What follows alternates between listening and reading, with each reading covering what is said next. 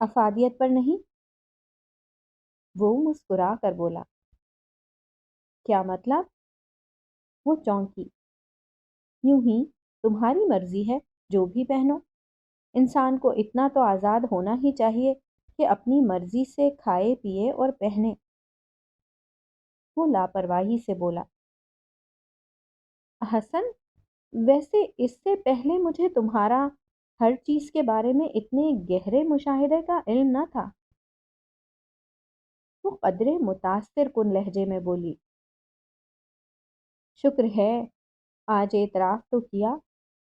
کچھ ہی صحیح، لیکن کیا تو۔ کیا زمانے تھے، یونیورسٹی میں ہر کوئی ہمارا معترف تھا۔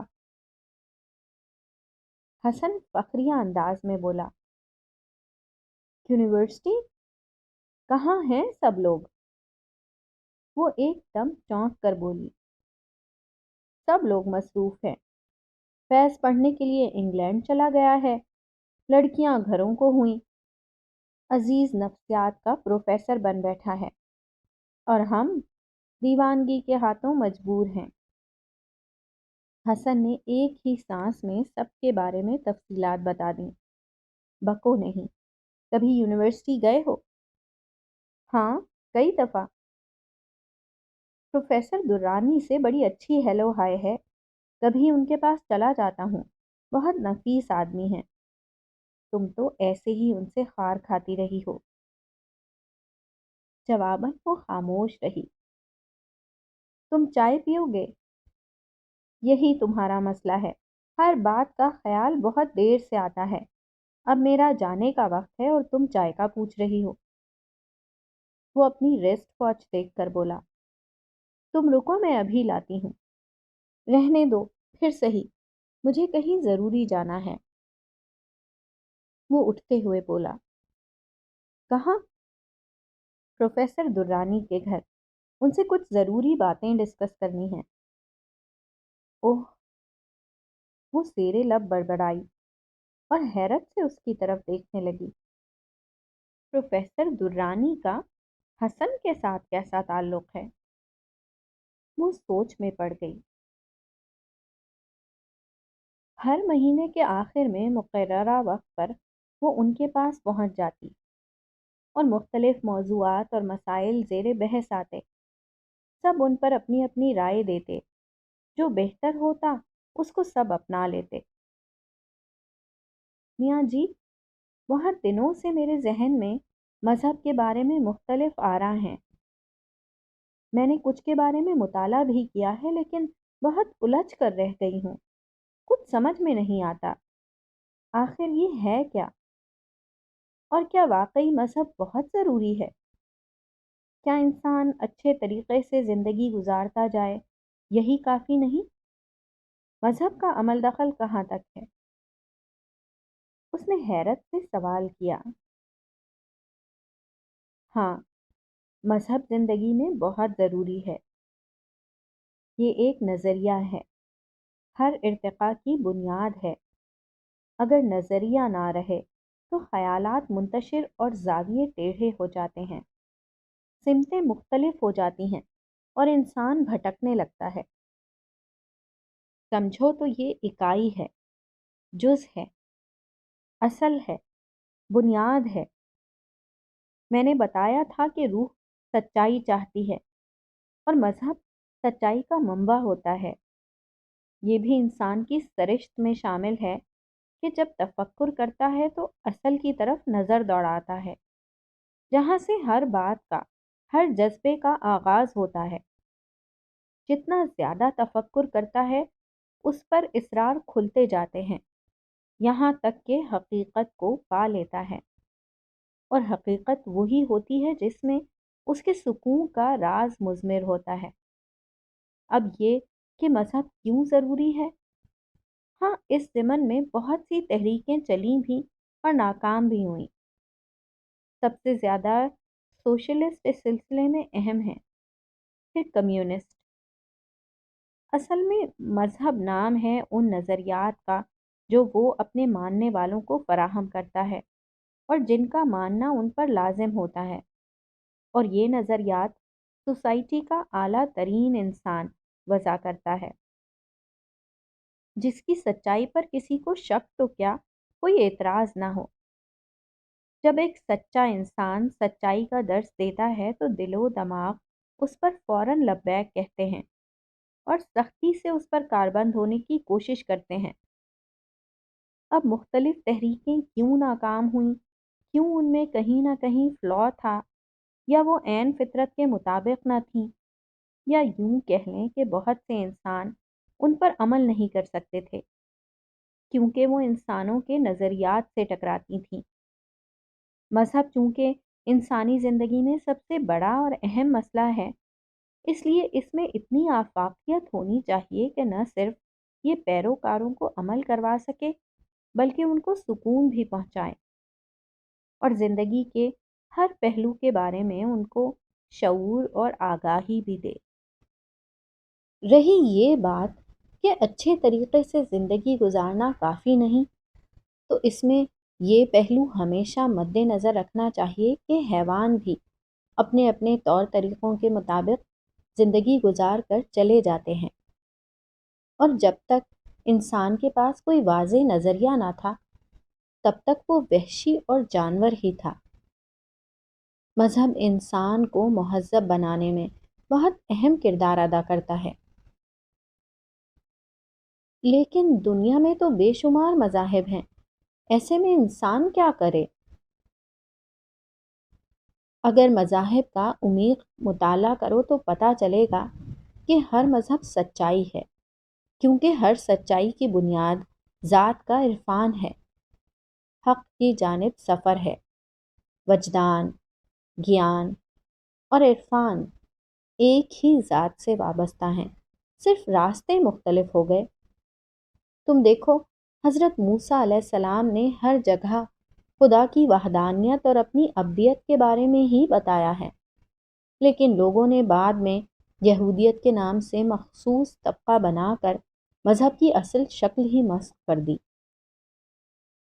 اسی طرح حضرت عیسیٰ علیہ السلام نے عبد الرحمن ہونے پر فخر کیا۔ وہ کہیں بھی ابدیت کے دائرے سے باہر نہیں آئے، لیکن لوگوں نے ان کی تعلیمات کو بھی بگاڑ کر رکھ دیا۔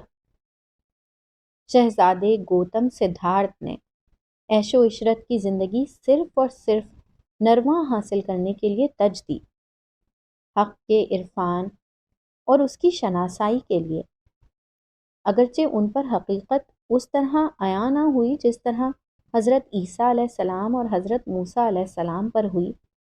ان کے بارے میں پڑھو تو پھر پتہ چلتا ہے کہ انہوں نے کس طرح 6 سال صرف اور صرف ابدی مسرت حاصل کرنے کے لیے کاٹے۔ اب دیکھا جائے کہ ان کو کس چیز کی تلاش تھی، صرف یہ کہ روحانی تشنگی کے لیے انہوں نے سنیاس لیا۔ وہ طمانینت اور سکون جو انہوں نے ایک سنیاسی کے چہرے پر دیکھا تھا، اس کو حاصل کرنا چاہتے تھے۔ تو کیا ان کو وہ سچ مل گیا؟ اس نے حیرت سے پوچھا۔ ہاں، مل گیا، لیکن بہت واضح صورت میں نہیں، کچھ مبہم بھی ہے۔ مثلاً انہوں نے صرف یہی بتایا کہ ایک ازلی، غیر مخلوق، مستقل، لازوال، غیر متغیر، جس کو انہوں نے نرواں کا نام دیا، کہا کہ موجود ہے، اور اگر یہ حقیقت موجود نہ ہوتی تو اس بے ثبات مخلوق اور متغیر دنیا سے نجات ممکن نہ تھی۔ لیکن چونکہ حقیقت موجود ہے اس لیے نجات بھی ممکن ہے۔ یہ نروان کیا ہے؟ وہ متجسس ہو رہی تھی۔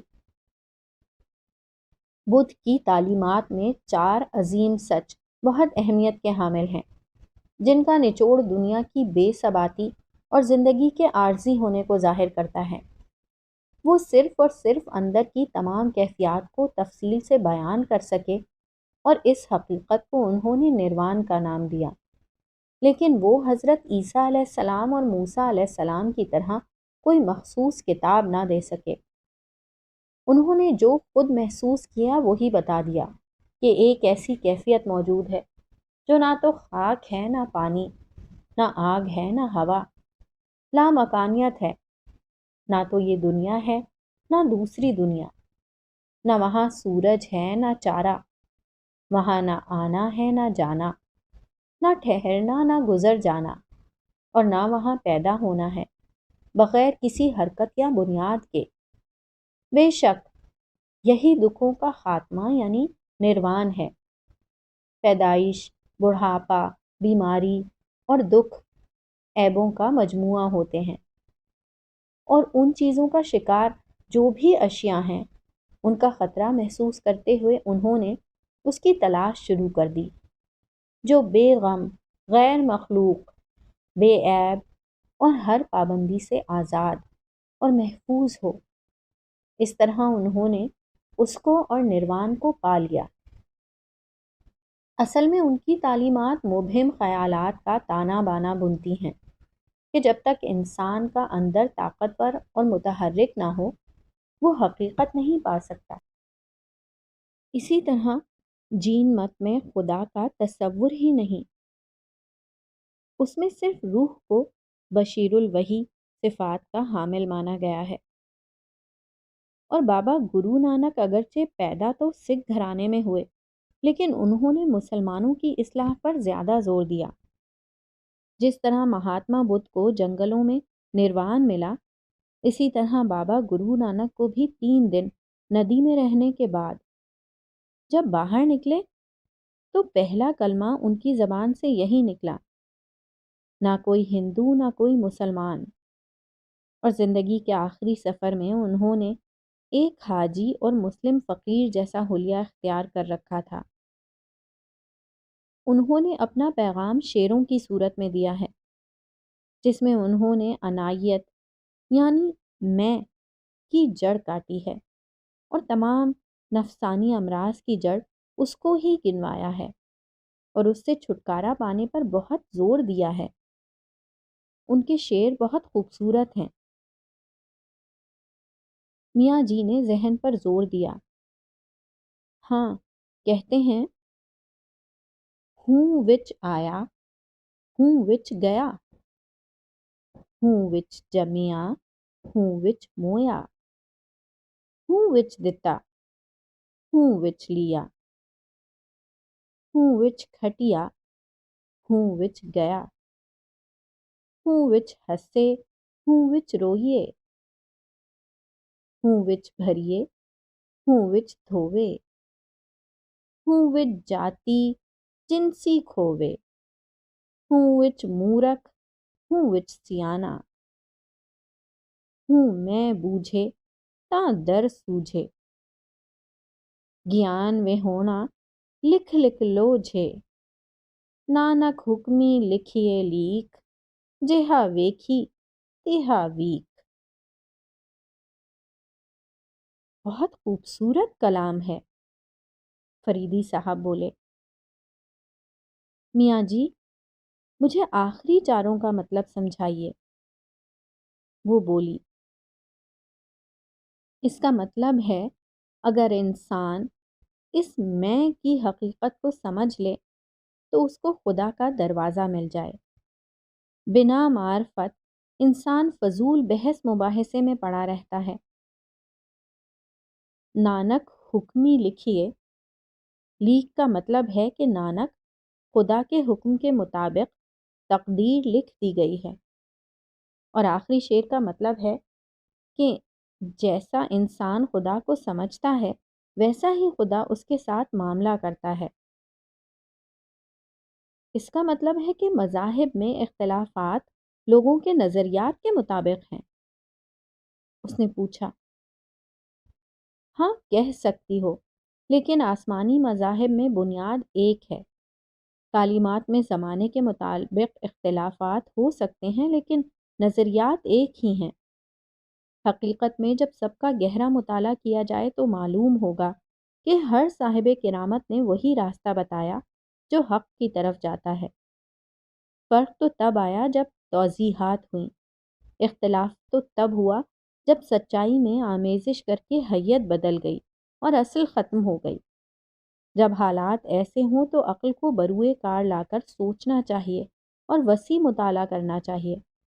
عقل دین فطرت کی طرف راغب کرے گی۔ میاں جی نے اسے سمجھایا۔